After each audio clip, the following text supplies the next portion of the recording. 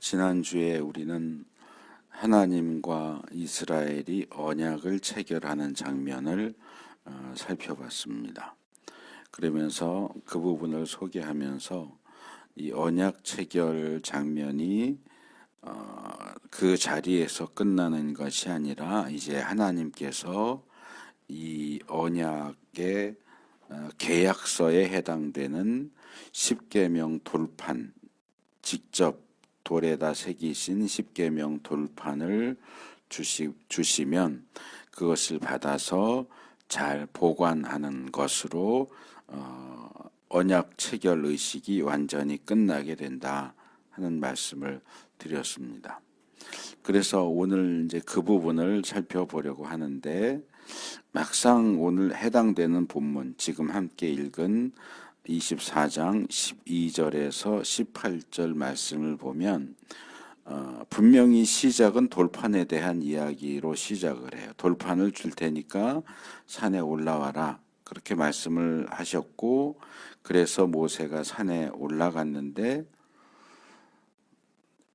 이 24장 끝에까지 돌판에 대한 이야기가 나오지 않고 25장으로 넘어가도 돌판에 대한 이야기가 나오지 않습니다. 25장이 들어가면 이제 성막을 어떻게 지을 것인가 하는 성막에 대한 이야기가 한참 계속되다가 32장, 그러니까 25장부터 31장까지가 전체가 다 성막과 관련된 내용이고, 돌판을 주셨다 하는 내용은 전혀 나오지 않다가 32절 금송아지 사건에서 하나님이 너희 백성이 우상을 만들고 타락해서 그것을 섬기고 있다, 내려가라 라고 해서 모세가 산에서 내려올 때야 그때 모세 손에 돌판이 들려져 있었다 하는 내용이, 그때 처음 돌판 이야기가 다시 나오고, 그렇게 돌판이 등장한 지 얼마 되지 않아서 금방 모세에 의해서 그 돌판이 깨져버리죠. 그러니까 이 돌판을 깨뜨렸다는 것은 계약이 깨졌다는 얘기예요. 이 24장에서 하나님과 맺었던 시내산 언약이 깨졌으니까 말하자면 계약 증서를 찢어버리는 것하고 똑같은 행동이에요. 그래서 오늘 살펴볼 이 12절에서 18절 말씀은 돌판에 대한 이야기로 시작되지만 사실은 돌판 이야기를 하는 게 아니고, 모세가 하나님의 명령을 받아서 산에 올라가서 하나님의 말씀이 들려올 때까지 기다렸다. 그래서 어떻게 보면 하나님이 부르셔서 산에 올라갔고 하나님 말씀하시기 전까지 기다렸다라는 내용을 굳이 따로 이렇게 살펴볼 필요가 있을까 하는 생각이 들 수도 있는데, 말하자면 오늘 우리가 살펴볼 내용은 시내산 언약과 성막에 대한 내용 중간에 어떤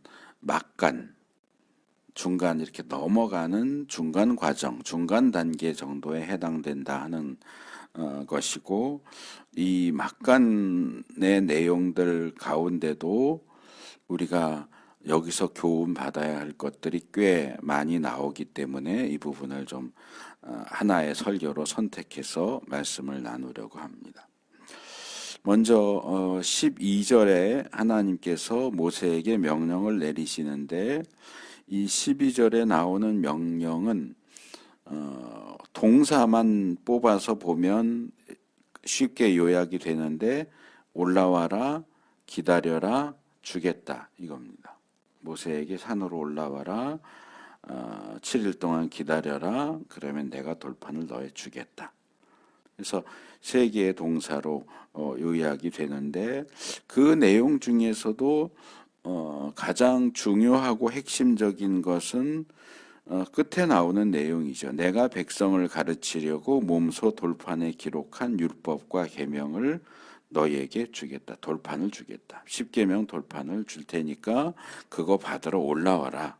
이렇게 이야기가 시작됩니다. 그런데 조금 전에 말씀드린 것처럼 이어지는 내용에는 돌판 이야기가 안 나온다는 거죠. 한참 뒤에 가서 32장에 가서야 돌판 이야기가 살짝 나왔다가 금방 깨트려버리죠. 그리고 이제 우리가 이 12절 이후에 살펴볼 내용은 올라와라 하는 내용과 기다려라 하는 내용과 관련된 내용들입니다. 그래서 이 12절에 나오는 올라와라 기다려라 주겠다라고 하는 이 내용과 이 내용이 실제로 어떻게 진행이 되었는가, 모세가 어떻게 하나님 명령에 따라서 산에 올라갔고 기다렸고 25장으로 넘어가면 드디어 하나님의 말씀을 듣게 되었는가 해서 이 내용의 전체적인 흐름을 감안해서 이 본문을 읽어보면 굉장히 중요한 사실을 우리가 발견하게 되는데, 그것은 이 시내산 언약이 시내산 언약으로만 끝나는 게 아니고 우리를, 하나님의 백성을 성막으로 이끈다는 거예요. 시내산 언약 체결이 성막으로 연결이 돼요.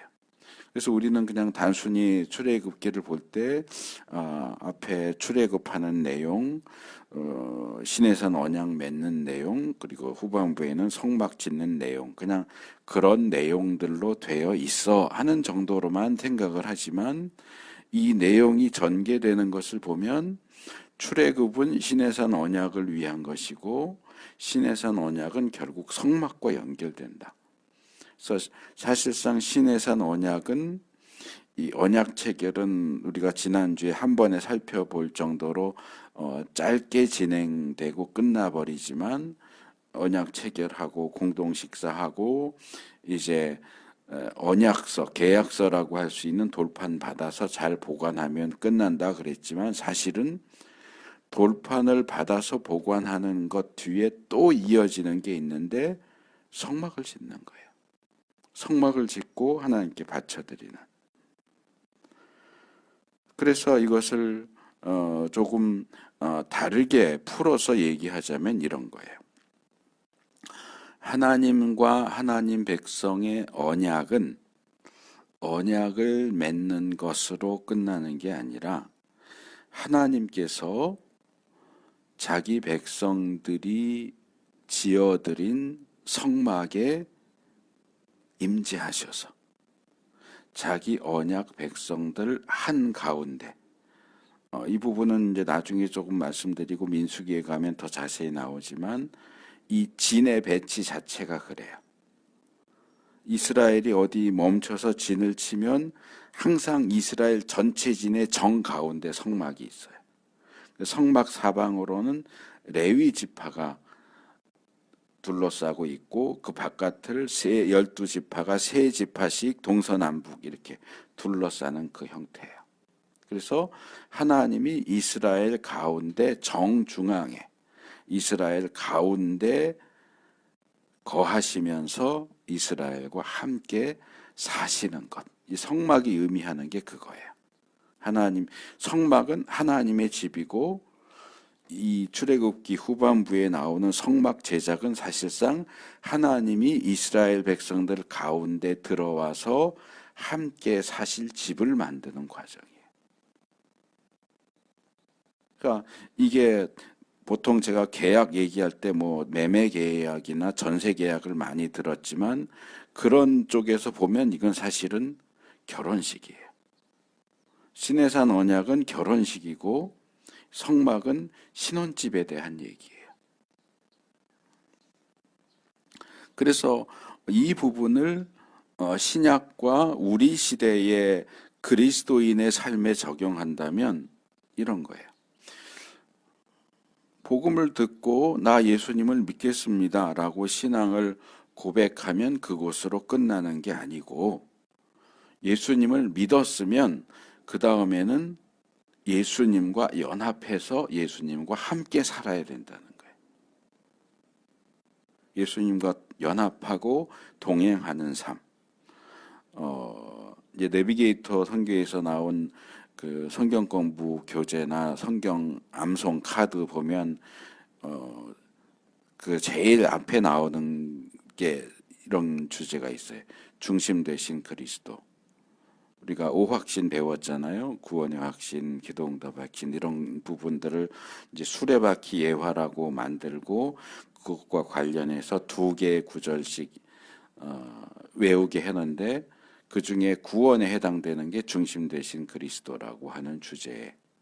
그 다음에 기도, 뭐 전도, 교제, 말씀 이렇게 해서 이제 말씀을 외우게 하는데 신약이 우리가 예수님을 믿으면 그 믿음이 우리를 우리의 중심 되신 그리스도로 인도하신다라고 말하고 있다면 구약은 이스라엘이 하나님과 언약을 맺었고 그 언약은 이스라엘 백성을 자기들 가운데 중심되어 주시는 하나님, 성막으로 이끈다 이렇게 말할 수 있어요. 그래서 우리의 믿음이 중심 되신 그리스도와 동행하는 삶으로 이끈다면 구약의 언약은 구약 백성을 그들 가운데 거하시는 하나님, 중심 되시는 하나님, 중심에 거하시는 성막, 하나님의 집으로 그들을 이끌고 있다. 그래서 그런 점에서 구약이 이야기 가르쳐주는 신앙의 원리와 신약이 가르쳐주는 신앙의 원리는 똑같아요. 하나님과 또는 예수 그리스도와 관계를 맺는 것이고, 그러면 계약서 썼으니까 이제 빠이빠이 하는 게 아니고 계약을 했기 때문에 하나님이 우리 가운데, 우리의 삶 가운데 중심으로 들어오시는 거예요. 그럼 그 하나님을 모시고 그 하나님과 동행하는 삶을 살아야 되는 것이요. 이스라엘에게 있어서는 그것이 성막이었고 신약의 그리스도인들에게는 그게 교회이고 중심 되신 그리스도에 대한 가르침이다 하는 겁니다. 그래서 우리가 앞으로 살펴볼 이 성막에 대한 내용을 살펴보면서 우리가 어떻게 하나님을 중심으로 삼아서 그리스도를 중심으로 삼아서 성막과 성전을 중심으로 삼아서 교회와 성도들의 공동체를 중심으로 삼아서 신앙인으로서의 삶을 살 수 있을 것인가에 대한 교훈을 주는 내용이다. 우리가 어떻게 중심 되신 그리스도를 모시고 살 것인가를 교훈하는 것이 바로 성막에 대한 내용이다. 이렇게 이해하시고 성막에 대한 내용을 주의 깊게 배우시고 또 우리 삶 속에 적용할 수 있으면 좋겠습니다. 두 번째로는 13절과 14절에 모세가 어떻게 올라오라 하는 이 명령을 시행했는지에 대한 내용입니다. 먼저 13절에 보면 짧게 이 모세가 산에 올라갔는데 산에 올라갈 때 부관인 여호수아와 함께 산에 올라갔다 하는 내용을 소개하고 있습니다. 그런데 우리가 12절 말씀을 좀 자세하게 보면 올라와라 라고 하는 명령은 모세한테만 주어졌어요. 뭐 누구랑 같이 올라와, 여호수아 데리고 올라와 이런 말씀 하신 적이 없어요. 그래서 하나님께서 모세에게 모세만 올라오라고 말씀을 하셨는데 왜 모세는 여호수아를 데리고 올라갈까?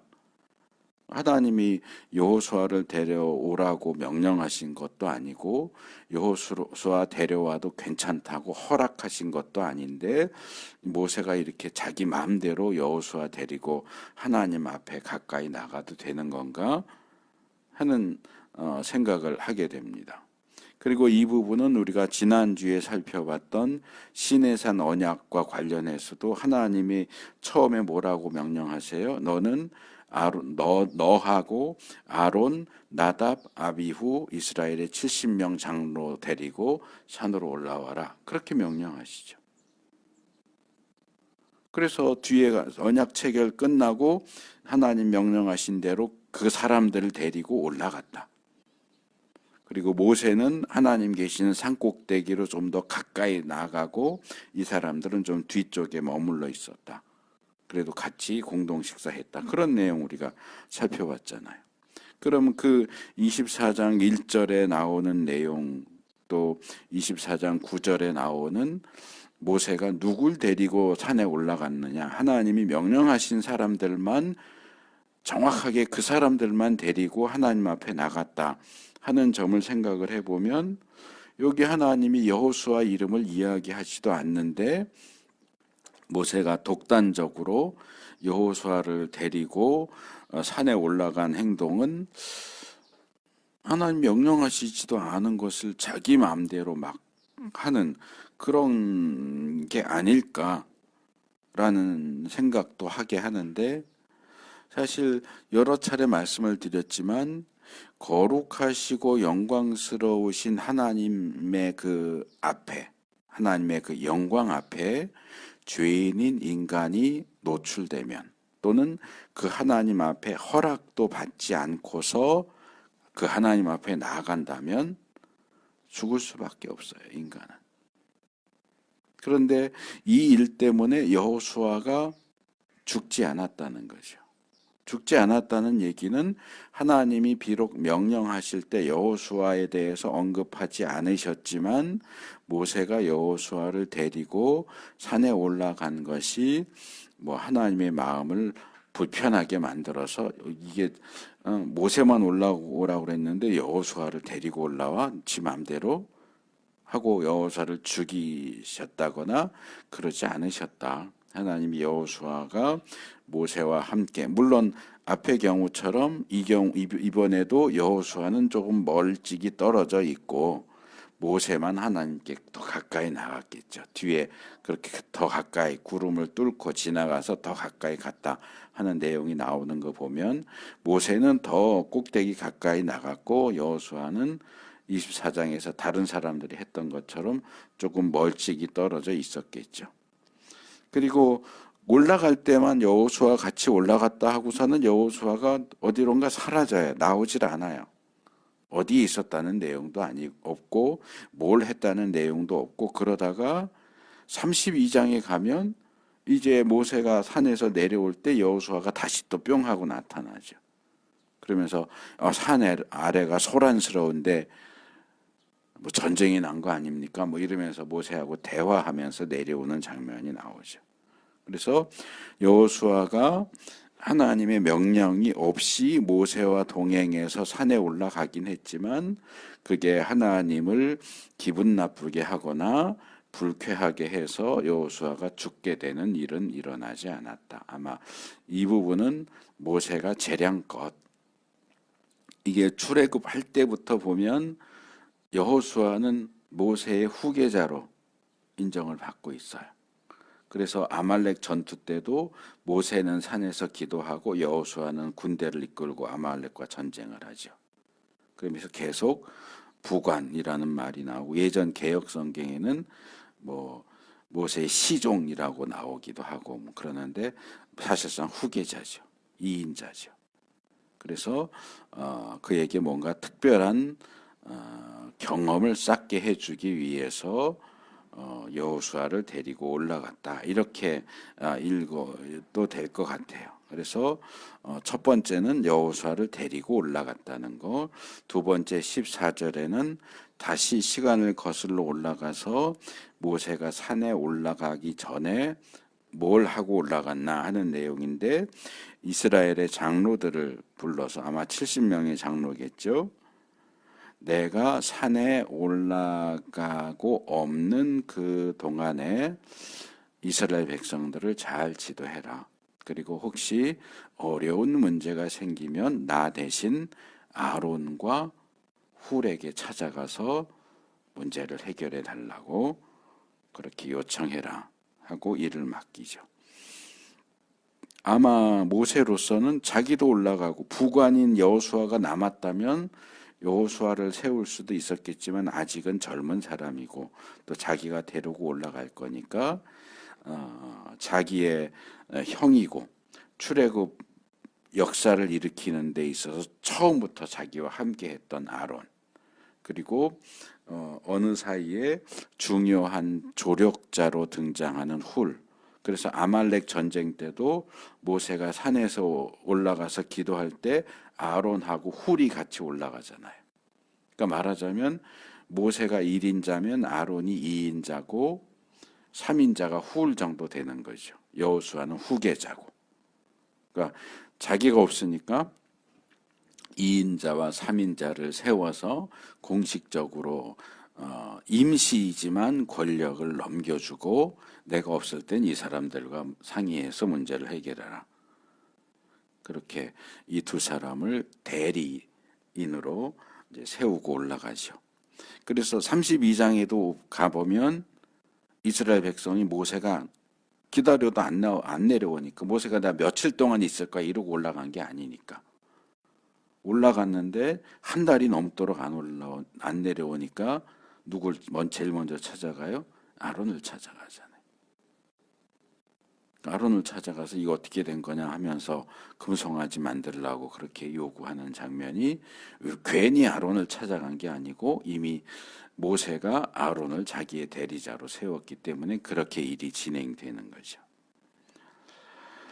그 다음에 이제 세 번째로 15절에서 18절인데 이제 모세가 산에 올라가서 하나님을 만나는 장면입니다. 이제 하나님의 말씀을 듣는 것은 25장에 넘어가야 나오고 이 15절에서 18절 말씀은 말하자면 기다려라. 앞의 내용은 올라와라. 여기는 기다려라 하는 명령을 어떻게 순종했는가 하는 내용을 다룹니다. 여기 먼저 15절과 16절 상반절을 보면 모세가 산에 오르니 구름이 산을 덮었다. 주님의 영광이 시내산 위에 머무르고 엿새 동안 구름이 산을 뒤덮었다 하는 내용이 나옵니다. 근데 이 장면은 출애굽기 19장에 나오는 하나님께서 처음 시내산에 강림하셨을 때의 장면하고 아주 비슷하죠. 하나님께서 시내산 꼭대기에 강림하셨을 때 그때 뭐 여러 가지 소개를 했지만 번개, 천둥, 짙은 구름, 사냥 뿔나팔 소리, 불, 연기, 뭐 진동, 지진 같은 진동 이런 여러 가지 현상들이 동반됐다고 그랬죠.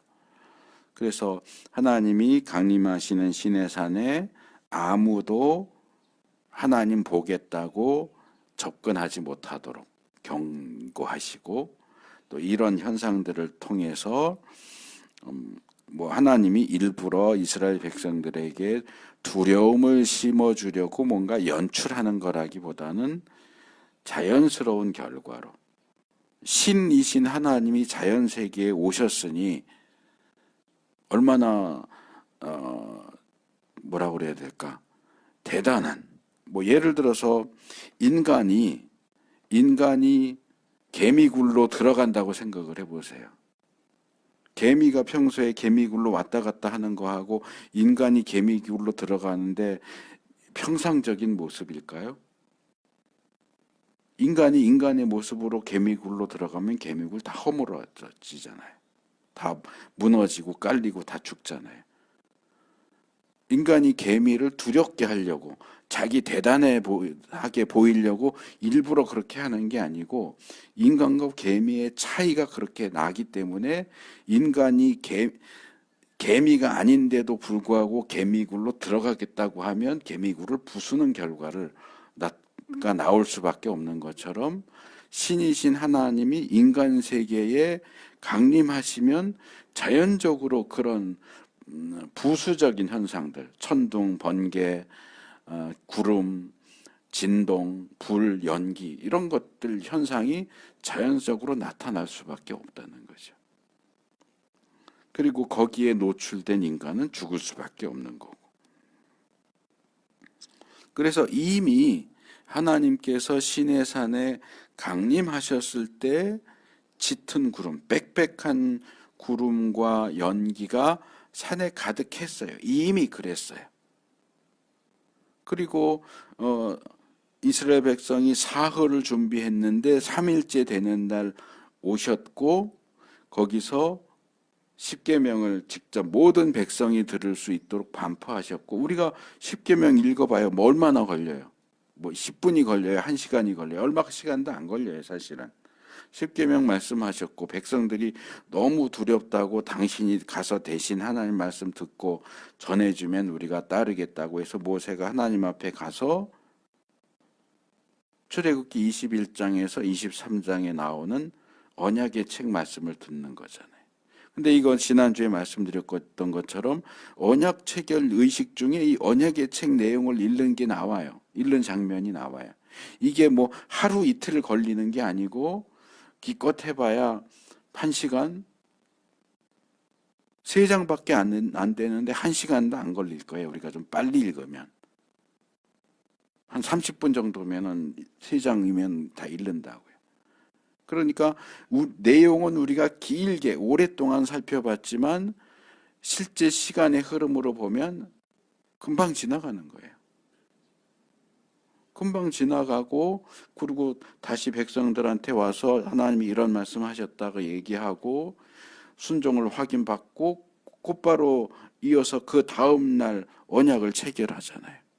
그러니까 시간적으로는 며칠이 안 지난 거예요. 우리는 거의 20주에 가깝게 그 내용들을 20주가 넘게 살펴봤지만 실제 시간으로 보면은 사흘, 나흘, 길어야 5일 정도밖에 안 걸린 거예요. 그러면 하나님이 그 기간 동안 계속 시내산에 머물러 계셨으니까 시내산은 계속 그 상태인 거예요. 하나님이 시내산에 강림하셨을 때의 그 상태. 번개, 천둥, 빽빽한 구름, 불, 연기, 소리, 진동, 이 상태가 계속 유지됐을 거라고요. 언약을 맺는 그 과정 중에도 계속 되었을 텐데, 이렇게 언약을 다 맺고 나서 모세가 하나님의 부르심을 받아서 산에 올라갔을 때는 이 빽빽한 구름이 더 짙어졌다는 거죠. 기존에 빽빽했던 구름이 배는 더 빽빽하게, 이제 정말 더듬지 않고서는 앞으로 나갈 수 없을 정도로 굉장히 짙어졌다. 이것을 하나님이 출애굽기 19장 8절에서 시내산에 강림하시기 전에 모세에게 이렇게 말씀하시죠. 내가 짙은 구름 속에서 너에게 나타날 것이다. 이건 시내산 강림을 이야기하는 것이기도 하지만 지금 이 상황을 이야기하는 것이기도 해요. 그래서 모세가 하나님이 계시는 시내산 꼭대기로 더 가까이 나갔기 때문에 그 모세를 보호하기 위해서 말하자면 더 짙은 장막, 구름으로 된 더 짙은 두꺼운 장막을 쳐야 모세가 보호가 되니까 기존에 있던 빽빽한 구름에 더 빽빽한 구름이 더 낀 거예요.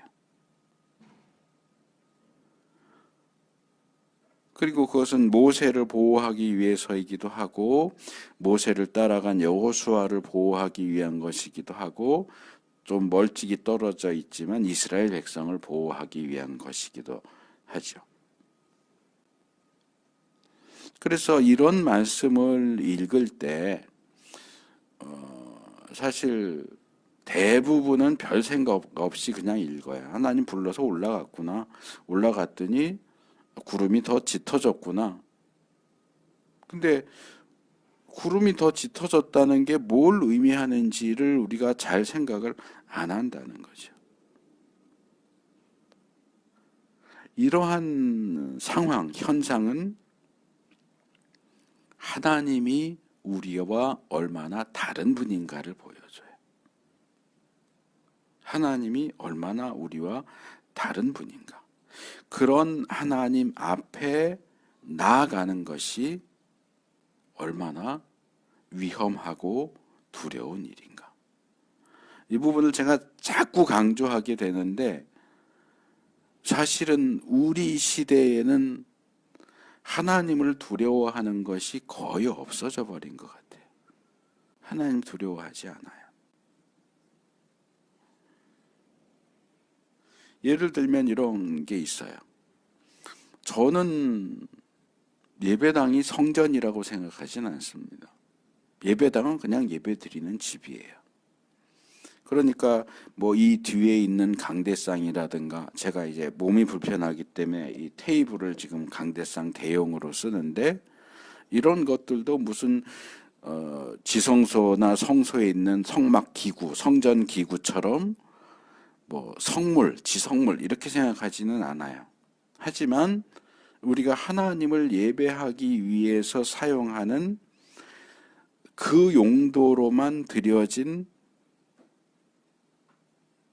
뭔가 우리가 조금 더 일반적인 테이블보다는 조금 더 거룩하고 귀하고, 그래서 조심스럽게 다뤄야 된다고 생각을 해요. 이게 성전이고 성물이라고 생각하지는 않지만, 그냥 똑같은 테이블인 건 맞지만, 그래도 우리가 이것을 예배당에서 하나님을 예배하기 위해서 그거 전용으로 사용하는 거니까 이 부분을 우리가 좀 조심스럽게 대해야 된다라고 저는 그래요. 저는 그렇게 생각하는데, 제가 그동안 이제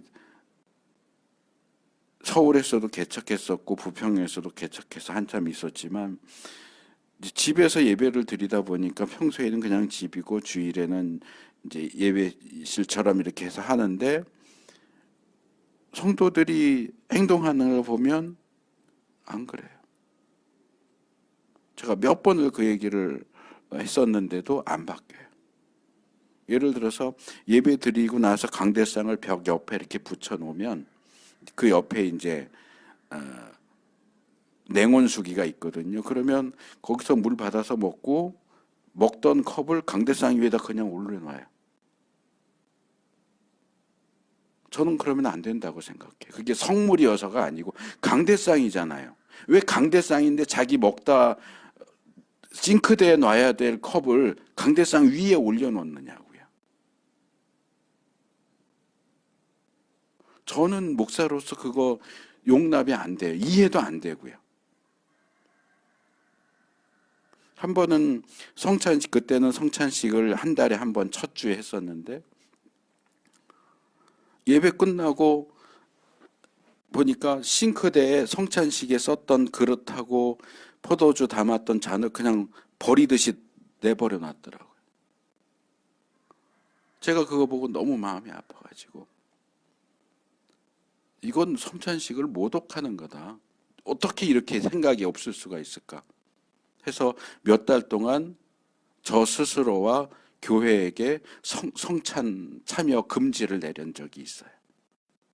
매달 하던 성찬식, 이런 일이 있었기 때문에 당신들은 성찬 받을 자격이 없습니다 하고 성찬식을 안 했어요. 몇 달을.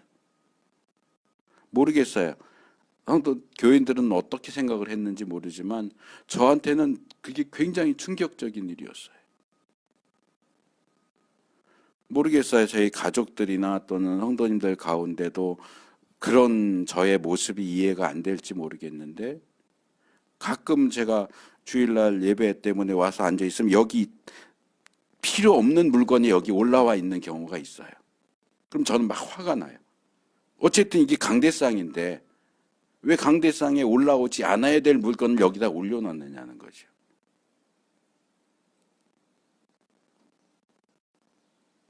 근데 그런 부분에 대한 생각이 전혀 없는 거예요. 그냥 테이블이니까 나 먹던 컵도 밥 먹다 만 것도 강대상 위에 얼마든지 올려놓을 수 있는 거고, 성찬식에서 썼던 잔도 설거지해야 할 그릇들 잔뜩 있는 거기다가 아무렇게나 놔둬도 되는 거고. 아니요. 그러면 안 되는 거예요. 예수님 뭐라고 그러세요? 거룩한 것을 개에게 주지 마라. 진주를 돼지에게 던져주지 마라. 저는 그런 모습을 볼 때, 야, 이게 개, 돼지한테 던져졌구나. 강대상이 개, 돼지한테 던져졌구나. 성찬에 쓰는 기구가 개, 돼지한테 던져졌구나. 그런 생각을 해요.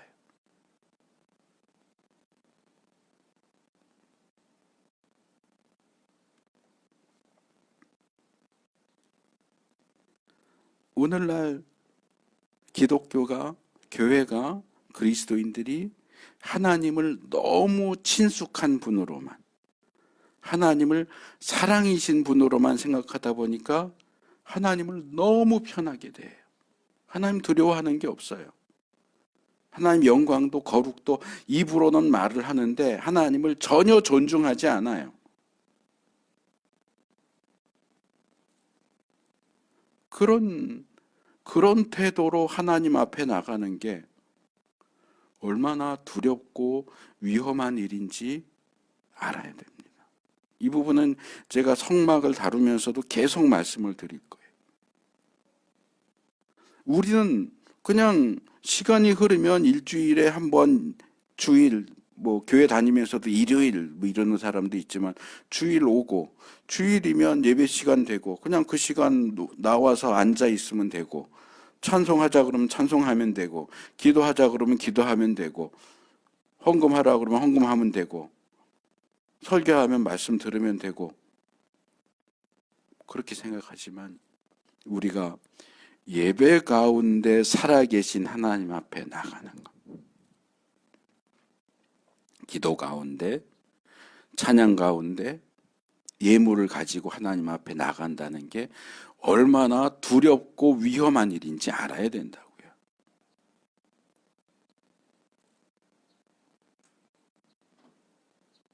제가 볼 때는 오늘날의 그리스도인들 대부분은 마치 3살, 4살짜리가 정말 잘 드는 식칼 들고 막 휘두르면서 노는 모습 같아요. 그 하나님이 얼마나 두렵고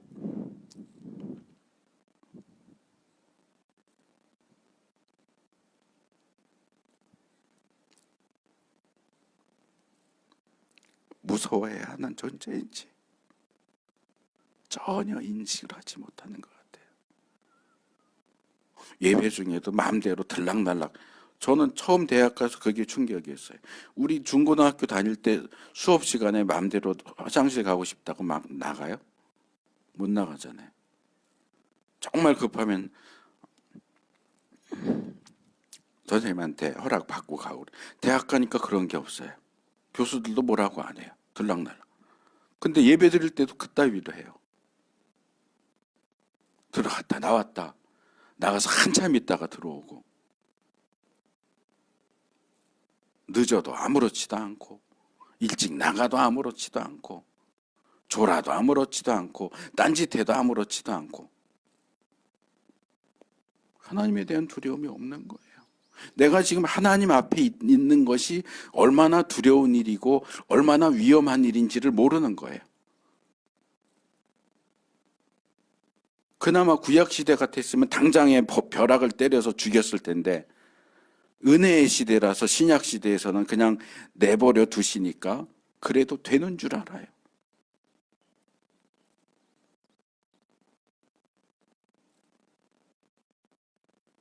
아니요. 우리가 하나님 앞에 나가는 것은 정말 위험한 일이에요. 정말 두려운 일이에요. 하나님이 이렇게 빽빽한 구름을 더 빽빽하게 만들어서 보호하지 않으면 우린 다 죽어요.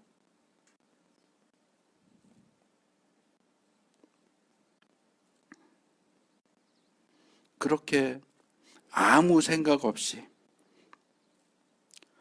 예배에 참석하는 것은 아무런 보호 장구 없이 맨몸으로 불타고 있는 건물에 뛰어들어가는 거랑 똑같아요. 언제 터질지 모르는 폭탄을, 지뢰가 깔려있는 지뢰밭을 천진난만하게 깔깔거리면서 뛰어다니는 거랑 똑같아요. 근데 아무도 안 가르쳐요, 그거를.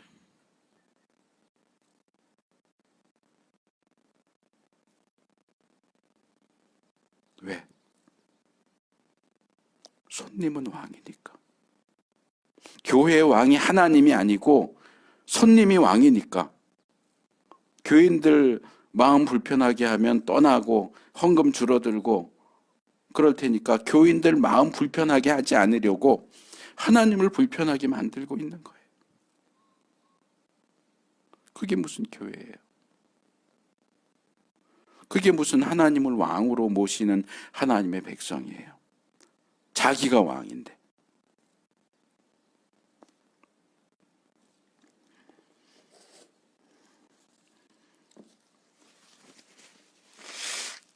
하나님이 사랑의 하나님이신 것만큼 소멸하는 불, 신명기 4장 24절에 개역이 소멸하는 불 이렇게 했고, 새 번역은 삼키는 불. 불이 뭔가를 태우는 것을 히브리어에서는 삼킨다 그러거든요. 칼이 사람을 죽이면 칼이 사람을 삼킨다 이렇게 표현해, 히브리식으로는. 불도 사람을 삼키고 칼도 사람을 삼켜요. 하나님은 사람을 삼키는 불이에요. 사랑이시기만 한 게 아니고, 사랑이 아니라는 얘기가 아니고, 사랑이기도 하시지만 삼키는 불이기도 하세요. 그런 하나님 앞에 어떤 준비도 없이, 조심성도 없이 성급하게 함부로 뛰쳐들어가는 그런 일을 하면 안 돼요. 우리가 하나님을 대하는 데 있어서 늘 조심스러워야 되고, 두려움 가운데 하나님을 대할 수 있어야 돼요. 16절 하반절에 보면 엿새 동안 구름이 산을 뒤덮었다. 이튿날 주님께서 구름 가운데서 모세를 부르셨다 라고 기록합니다. 모세가 하나님의 부르심을 받아서 산에 올라갔는데도 하나님을 곧바로 만날 수 있었던 게 아니고 6일 동안을 기다려야 돼요. 6일 동안을 기다렸고 7일째 되는 날 드디어 하나님이 모세를 부르셨어요. 모세를 부르시고 무슨 얘기를 했는지는 이제 25장에 나오는 거고, 여긴 그냥 부르셨다는 내용만 나와요. 자, 모세가 분명히 하나님의 부르심을 받고 산에 올라갔는데 왜 6일을 더 기다려야 될까요? 물론 하나님의 명령이 처음부터 올라와라, 기다려라, 주겠다 였잖아요. 기다려라가 처음부터 하나님의 명령에 들어가 있어요. 그러니까 우리는 대부분의 그리스도인들이 성경을 읽으면서 별로 생각을 안 하거든요, 사실은. 너무나 안타까운 일인데. 그냥 올라와라, 기다려라, 주겠다 그러면 올라와라, 기다려라, 주겠다 이러지. 왜? 자, 올라와라는 좋아요. 올라오라고 그러면 올라가. 주겠다 그러면 받으면 되니까. 근데 왜 기다려야 되죠? 올라갔는데, 하나님 올라오라고 해서 올라갔는데 왜 기다려야 되죠? 6일 동안이나? 왜 사람을 힘들게 하죠, 하나님은? 올라와라 그래서 올라오면 그냥 바로 주시면 되잖아요. 바로 말씀하셔도 되잖아요. 모세가 산에 올라와도 6일 동안은 말을 걸 수 없는 어떤 하나님만의 무슨 급한 사정이 있었을까요? 성경은 거기에 대해서는 얘기하지 않아요. 다만 모세가 6일을 기다려야 했다는 거예요. 성경이 이유를 얘기하지 않으니까 우리는 왜 하나님이 모세를 6일 동안 기다리게 하셨는지 그 이유는 알 수 없어요. 하지만 조금 전에 제가 빽빽한 구름과 관련해서 말씀드린 것처럼 이 기다림도 역시 하나님은 우리와 다른 분이시라는 사실을 보여준다고 생각합니다. 제가 종종 얘기하지만 하나님과 인간 사이에는 무한한 질적 차이가 존재한다. 질적으로 아예 달라요. 양적으로 다른 게 아니고 질적으로 완전히 다른 존재인데 하나님과 우리 인간 사이의 그 질적 차이가 무한해요. 우리는 절대로 하나님을 따라갈 수가 없어요. 하나님처럼 될 수가 없어요. 믿지 않는 사람들은 뭐 신 그래봐야 뭐 인간이 조금 나아진 정도겠지. 아니요, 인간이 조금 나아져 가지고선 신이 될 수가 없어요. 그래서 뉴에이지 운동이나 뭐 여러 그런 사상들 가운데 네가 신이다, 너가 신이 되라, 뭐 이런 식으로 얘기하는데 아니요, 인간은 절대로 신이 될 수 없어요. 하나님과 신과 인간의 차이는 질적인 차이고 양적인 차이가 아니고 뭔가 조금 더 가지면 신이 될 수 있는 양적인 차이가 아니고 아예 질이 달라요. 나무가 100년 지나면 쇠가 될 수 있을까요? 아니에요. 나무하고 쇠는 아예 질이 달라요. 어린 나무가 큰 나무는 될 수 있겠죠. 그건 양적인 차이니까. 근데 나무는 100년, 1000년이 지나도 쇠가 될 수 없어요. 질적으로 달라요. 근데 그 다른 차이가 무한하다고요. 무한하게 달라요. 그렇기 때문에 우리가 하나님 앞에 나가서 그분을 만나는 일조차도 결코 쉬운 일이 아니다. 그런 사실을 우리에게 교훈한다고 생각을 합니다. 그래서 이 주제와 직접적으로 관련되지는 않지만 이 모세가 하나님의 부르심을 받고 산에 올라갔는데도 불구하고 6일 동안 기다려야 했다. 이 기다림이 뭘 의미하느냐를 이해하는데 도움이 될 만한 내용을 제가 좀 소개하려고 그래요.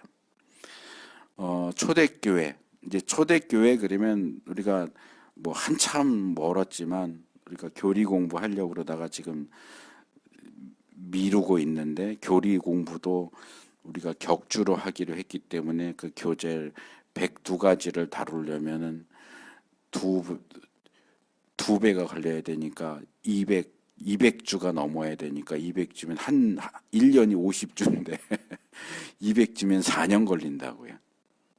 근데 이제 교리 끝나면 제가 교회사도 공부할 생각을 하고 있는데, 그러니까 아직 한참 뒤의 일이죠. 지금 교리 공부도 언제 시작을 다시 하게 될지 모르겠고, 교회사 공부를 하다 보면 이제 초대교회사, 중세교회사, 종교개혁사, 근대개혁사, 현대교회사 이렇게 교회사를 시기를 나눠요. 근데 이 초대교회사가 둘로 나눠져요. 성경에 기록되어 있는 사도행전과 서신서들에 나오는 초대교회사, 성경에 나와 있는 초대교회사가 있고 성경에 나오지 않는 초대교회사가 있어요. 중세로 넘어가기 전에 성경에 나오는 초대교회와 중세교회 그 중간에 있는 초대교회가 있어요. 그러니까 변증가들의 시대, 순교자들의 시대, 뭐 교부들 시대 이렇게 해서 그때도 이제 초대교회사라고 하는데 그 초대교회, 그러니까 성경에 기록된 초대교회 말고 그 바로 이후 중세에 들어가기 전에 초대교회부터 우리 기독교에 내려오는 오래된 기도 전통이 있어요. 그러니까 성경은 찾아봐도 안 나오지만 굉장히 오래된 기도의 전통 내용이 있는데 아마 못 들어보셨을 가능성이 더 높긴 한데 무지의 구름이라는 게 있어요. 무지의 구름. 그리고 샘이 마른다 이런 표현이 있어요. 그러니까 기도 전통과 관련해서 무지의 구름이라든지 뭐 샘이 마를 때 뭐 이런 표현들이 오래 전부터 사용돼 왔는데 저는 이 개념이 이 모세의 기다림을 이해하는데 도움이 된다고 생각을 해요. 이 뭐냐? 뭐 쉽게 좀 간단하게 말씀을 드리면 이런 거예요. 믿지 않던 사람이 어려서부터 믿었으면 괜찮은데 믿지 않던 사람이 어린이 된 상태에서 기독교 신앙으로 들어오면 기도하는 거 되게 어려워합니다. 뭐 어려서야 뭐 하나님한테 기도해 그러면은 뭐 떠듬떠듬 하나님을 눈에 보이지도 않는 하나님을 상대로 뭔가 말을 하고 기도하는 것이 훈련이 되니까 이제 어느 정도 시간이 지나면 전혀 이상하지 않은데 성인이 될 때까지 전혀 기도라는 것에 대해서 해본 적도 없고 생각해 본 적도 없고 내가 신적인 존재에게 뭔가를 말하는 게 가능하다라는 것을 꿈도 꿔본 적 없는 사람한테 갑자기 하나님한테 기도해라 그러면 굉장히 당황합니다. 기도를 잘 할 수가 없어요. 되게 어려워하죠. 기도하기를 어려워하는 거는 교인들도 마찬가지죠. 이렇게 모임하면서 아무개 장로님 기도해 주세요. 권사님, 집사님 기도해 주세요. 그러면 안 한다 그래. 왜 나 시키냐 그러고. 주일 오후에 기도 순서 되면 그 기도 안 하려고 예배를 빠지는 사람들도 많아요. 그리고 사실은 목사들끼리 모여도 아무개 목사님 기도해 주시오 그러면 왜 나 시키냐고 그래요. 목사들은 기도하라 그러면 다 감사합니다 그러고 기도할 것 같지? 아니요, 그렇지 않아요. 그래서 사실은 보통 사람이 눈에 보이지 않는 하나님께 기도를 한다는 것은 정말 익숙해지기 힘든 경험이에요. 그래서 처음에 기도 말문을 떼는 것조차도 힘들고 기도 가운데 몰입하고 집중하는 것 자체도 굉장히 힘들어요. 근데 처음에는 기도하는 게 너무너무 힘든데 시간이 좀 지나고 이제 계속 어쨌든 뭐 옆에 기도하는 분들하고 같이 기도도 하고 뭐 이렇게 하다 보면 조금씩 기도에 익숙해지죠. 조금씩 기도에 익숙해지면서 처음에 비하면 상대적으로 기도에 좀 더 쉽게 그리고 빨리 몰입하게 됩니다. 기도 가운데 들어가게 되죠. 그리고 시간이 좀 더 흐르고 그 기도의 맛을 들이게 되면 그 기도 가운데서 하나님과의 그 풍성한 교제, 그 풍성함을 누리게 되기도 하죠. 아까 예배 전에 찬송가 몇 개 틀었었는데 기도 시간에 복을 주시네 고난 내 영혼 속에 기쁨 충만. 기도 가운데 기쁨도 누리고 위로도 받고. 그래서 말하자면 그게 허니문 기간이에요. 그땐 뭘 해도 좋아요. 그냥 급하게 와서 앉았는데 앉아서 눈 감고 하나님 이래도 막 뭔가 찌릿하고 하나님의 임재가 느껴져요. 그런데 어느 정도 시간이 지나면 이 허니문 기간이 지나면 내 쪽에 아무런 문제가 없는데도 기도에 집중이 안 되는 때가 와요. 그전에는 내가 하나님에서 하만 했어도 하나님이 응 하고 대답을 해주셨는데 하나님을 100번을 불러도 하나님이 대답을 안 하시는 때가 와요. 내가 뭘 잘못했나? 왜 하나님이 나한테 응답하지 않으시지? 왜 하나님의 음재가 느껴지지 않지? 당황하고 힘들어하는 때가 오는데 그 때를 무지의 구름이라고 부르는 거예요. 아무것도 알 수 없는 구름 가운데 던져져서 내가 뭘 해야 되는지 어디로 가야 될지 무슨 말을 해야 되는지 모르는 무지 가운데 무지의 구름 가운데 있게 되는. 그전에는 두레방만 던지면 풍성하게 물을 퍼낼 수 있었는데 이게 완전히 바짝 말랐어요. 아무리 바닥을 박박 긁어도 물을 뜰 수가 없는 샘이 마르는 때가 오는 거예요. 그럼 그럴 때 어떻게 해야 되느냐? 그런 시기를 어떻게 극복하고 통과하겠느냐? 이런 문제를 그 오래된 영성, 기도 전통에서 가르치고 있는 내용인데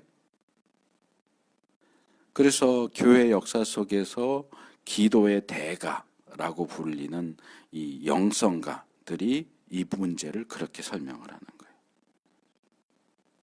사실은 피조물에 불과한 죄인에 불과한 우리가 기도라는 행위를 통해서 신적인 존재이신 하나님에게 말을 한다, 기도한다, 이거는 애초에 불가능한 일이다. 그러니까 불신자들이 하나님께 기도하는 걸 어려워하듯이 사실은 신자라고 해도 하나님과 기도 가운데 소통하고 무언가를 풍성하게 누리는 일은 사실상 불가능한 일이다. 그런데 실제로 그런 일들이 일어나고 있잖아요. 어째서 그런 기도 가운데 하나님과 풍성히 교제하는 그런 일들이 일어나느냐? 그건 순전히 하나님께서 그것을 우리에게 허용해 주셨기 때문이다. 원래는 기도라는 것이 불가능한데 하나님이 특별한 혜택을 베풀어 주셔서 하나님의 자녀들에게는 기도라는 수단과 방법을 통해서 하나님과 교통하고 하나님의 은혜를 누릴 수 있는 그러한 특혜를 주셨기 때문에 그게 가능한 거다. 그런데 원래는 기도는 우리가 원래부터 가지고 있던 권리가 아니라는 거예요. 기도는 원래 불가능한 거예요. 내가 하나님하고 부른다고 해서 하나님 응하고 대답해 주셔야 하는 이유가 전혀 없어요. 그런데도 불구하고 하나님이 그런 은혜를 우리에게 주셨기 때문에 우리는 기도를 하면 할수록 시간이 지나면 지날수록 내가 기도 가운데 하나님의 앞에 나갈 수 있다는 거, 내가 하나님 그러면 하나님이 왜 하고 대답해 주시는 것을 당연하게 여기게 된다는 거죠. 하지만 우리가 기도하면 하나님이 응답하시는 게 당연한 일일까요? 아니에요. 그래서 그게 사실은 당연한 일이 아니라는 사실을 알려주기 위해서 우리 신앙 성장의 단계 가운데 무지의 구름이라는 단계, 샘이 마르는 단계가 있게 된다는 거예요.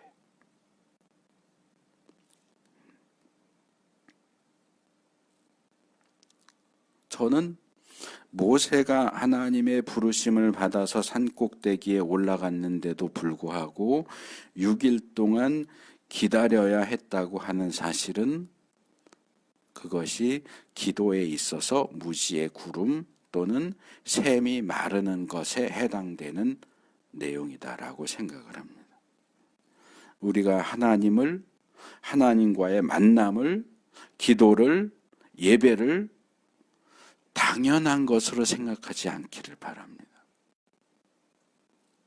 하나님은 늘 거기 계시고 내가 언제나 원할 때 가서 예배드리면 하나님은 예배 받아주시는 분이고 기도드리면 기도를 받아주시는 분이고 아니요. 사실은 그렇지 않다고요.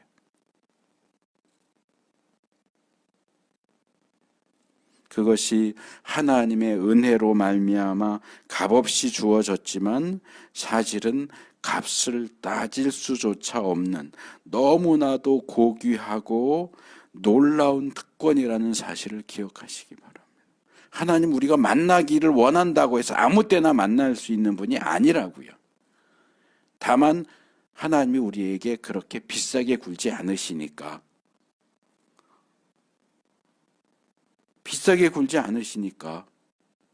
우리가 예배 가운데 하나님을 만나고 기도 가운데 하나님을 만나는 걸 아무렇지도 않게 생각하는 거예요. 대충 해도 된다고 생각하는 거예요. 아니요, 그렇지 않다고요. 17절로 넘어오면 이런 산의 모습을 갑자기 이스라엘 백성의 시각에서 어떻게 비춰졌는가? 멀리 떨어져 있는 이스라엘 자손의 눈에는 주님의 영광이 마치 산꼭대기에서 타오르는 불처럼 보였다. 이렇게 묘사를 합니다. 자, 이 이야기는 왜 할까요? 제가 질문을 하고 싶어요. 아까 좀 말씀을 드렸던 내용이긴 한데, 자, 이렇게 시내산 꼭대기가 불이 붙어서 타는 것처럼 시내산 꼭대기가 타오르는 불처럼 보이는 이 현상은 얼마나 계속됐을까요? 그런 거 생각해 보신 적 있어요? 일주일 정도 갔다가 꺼졌을까요? 열흘 갔을까요? 저는 모세가 산에서 내려올 때까지 40일 동안 이 현상이 계속됐을 거라고 봅니다. 왜? 하나님이 계속 임재에 계셨으니까. 사실상 출애굽기 19장에서 시내산에 임재하신 하나님은 십계명을 반포하실 때도, 언약의 책을 알려주실 때도, 언약을 체결할 때도, 모세를 불러서 성막에 대해서 말씀하실 때도, 그리고 성막을 만들 때에도, 성막을 다 만들어서 봉헌을 할 때도 계속 거기 계셨어요. 그리고 성막이 완성돼서 하나님께 바쳐졌을 때 시내산에 강림하셨던 하나님의 영광이 성막으로 옮겨갑니다. 그러니까 시내산에 강림하셨던 하나님의 그 영광은 한 번도 이스라엘을 떠난 적이 없어요. 적어도 가나안 땅에 들어가기 전까지는. 성막 위에 구름 기둥과 불 기둥이 있어서 낮에는 구름 기둥으로 밤에는 불 기둥으로 이스라엘을 인도하셨다는 얘기가 뭐예요? 거기 하나님이 임재하신다는 얘기예요. 그 불 기둥과 구름 기둥이 가나안 땅에 들어가면서 그 현상이 없어지죠. 그러니까 그때까지는 하나님이 늘 이스라엘과 함께 계셨어요. 계시다는 사실을 이스라엘 사람이라면 누구나 눈으로 볼 수 있었어요. 지금 시내산은 산꼭대기가 불처럼 타오르는 모습을 통해서, 성막으로 옮겨가셨을 때는 성막에 불 기둥과 구름 기둥이 있는 그 모습을 보면서 하나님이 우리와 함께 계시는구나, 하나님이 우리 가운데 계시는구나를 깨달았다는, 직접 눈으로 볼 수 있었다는 겁니다. 그리고 저는 이 부분이 정말 중요하다고 생각해요. 이런 비슷한 현상이 출애굽기 34장 5절에 보면 금송아지 사건 이후에 돌판을 깨뜨리고 하나님이 너 돌판 다시 만들어서 올라와. 전에는 돌판까지 하나님이 만들어 주셨지만 모세가 깨뜨렸으니까 네가 돌판은 만들어 올라와. 내가 다시 새겨줄게. 해서 모세가 다시 산에 올라갔을 때도 비슷한 현상이 또 일어나요. 짙은 구름이 끼고 영광이 불타오르는 것처럼 되는 그런 현상이 또 나타나요. 그렇게 40일 동안을 2번 하나님 앞에 올라가 있었던 모세가 그 80일 끝에 산에서 내려오니까 어떻게 됐어요? 얼굴 이 꺼풀에서 빛이 나요. 오염된 거예요.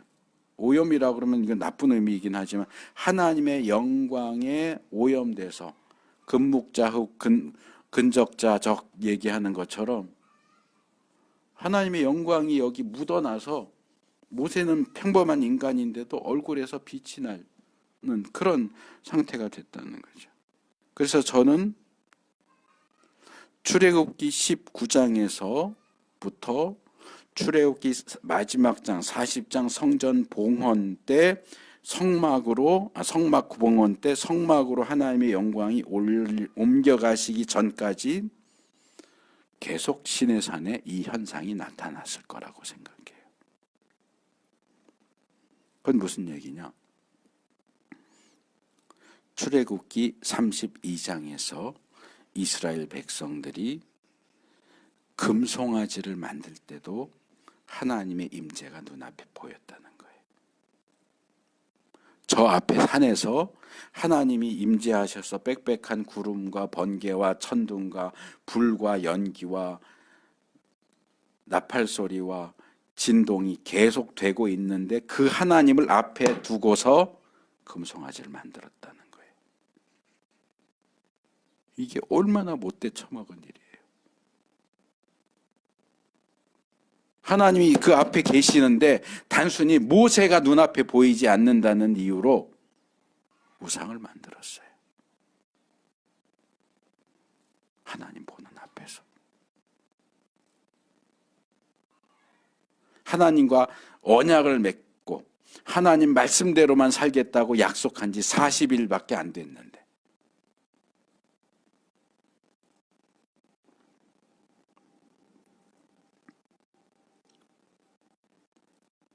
어떻게 그럴 수 있을까? 어떻게 그럴 수 있었느냐라고 물으신다면 저는 익숙해져서 그랬다고 답하겠습니다. 익숙해졌거든요. 출애굽기 19장에서부터 산은 그때부터 계속 그랬어요.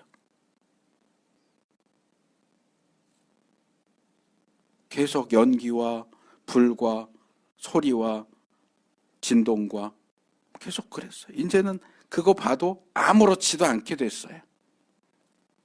처음에 그 현상이 나타났을 때는 죽을 것 같아서 벌벌 떨었는데 이제는 봐도 아무렇지도 않아요. 그 하나님 앞에, 그 하나님이 익숙해져서 그 하나님을 앞에 모셔두고 우상을 만들 수 있는 거예요. 사무엘상 7장에 보면 다윗이 언약궤를 다윗성으로 옮겨가는 과정에서 수레에 싣고 가다가 덜컹거리니까 우사가 떨어질까 봐 언약궤를 잡았는데 하나님이 우사를 쳐서 죽이시죠. 난의 구절 중에 하나인데 왜 그랬을까? 그것도 익숙해져서예요. 왜냐하면 그 언약궤가 우사네 집에 20년 동안 있었거든요. 블레셋을 뺏겼다가 돌아와서 베세메스 사람들을 몰살당하고, 그리고 이 우사 집은 아니죠. 우사 할아버지, 아버지 집이죠. 우사 아버지 집, 오베데돔인가? 오베데돔이 아니었던 것 같은데 어쨌든 누구의 집에 20년 동안 있었거든요. 처음 그게 그 집에 갔을 때는 그 사람의 아들이 아무개가 지키고 있었다 그랬는데 지금 제가 기억 잘 안 나는데 다윗 시대쯤 오면 그걸 지키는 담당자가 바뀌어요. 그러니까 우사는 아마 늦둥이 아들이든가. 그러니까 얘는 어렸을 때부터 자기 집안에 있는 언약궤를 보고 자란 거예요. 그래서요 익숙해졌어요. 제가 아까 강대상 이 테이블 얘기한 것처럼 익숙해진 거예요. 그냥 집안에 있는 다른 가구랑 다를 게 없어요. 하나님을 성전 성막에서 섬기는 레위인들조차도 언약궤를 직접 보면 죽어요. 만질 수 없어요. 그런데 레위인도 아니고 제사장도 아니고 일반 백성인 우사가 언약궤를 만져요? 떨어질 것 같다고 붙잡아요? 그건 있을 수 없는 일이에요. 그런데 그게 어떻게 가능했냐고요? 익숙해졌어요. 근데 우리가 지금 하나님에게 그렇게 익숙해져 있잖아요.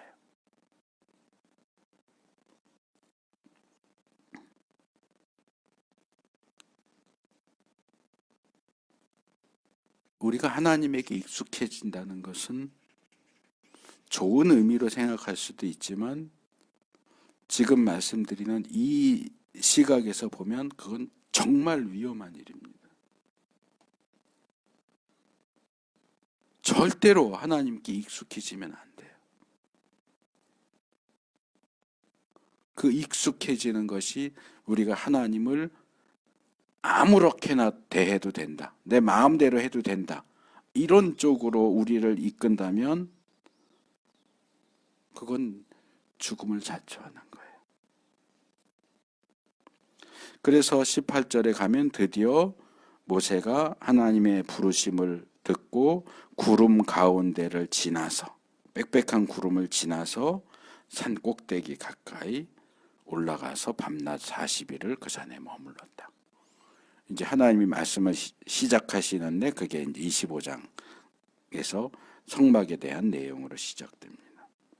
그래서 오늘 우리가 언약이 어떻게 우리를 성막으로 이끄는가, 언약과 믿음이 어떻게 하나님과의 연합, 중심 되신 그리스도, 중심 되신 하나님, 하나님의 집, 성막, 성전, 교회로 우리를 이끌어서 우리가 하나님을 중심으로 그리스도를 중심으로 하는 삶을 살 것을 요구하는가를 살펴봤고, 우리가 그렇게 연합하고 동거하고 동행해야 하는 하나님이 우리와 어떻게 다른 분인가, 우리가 얼마나 그분을 두려워하고 조심스럽게 대해야 하는가 하는 것까지 말씀을 드렸습니다. 그래서 우리가 하나님을, 예수님을 믿는다는 것, 하나님 나라 백성이 된다는 것, 하나님과 관계를 맺는다는 것, 하나님 앞에 나간다는 것이 뭘 의미하고 어떤 위험성과 어떤 두려운 상황들이 존재하는지 성경이 가르치는 내용을 잘 파악하고 기억해서 하나님을 올바른 태도로 대할 수 있는 우리들이 되기를 축복합니다.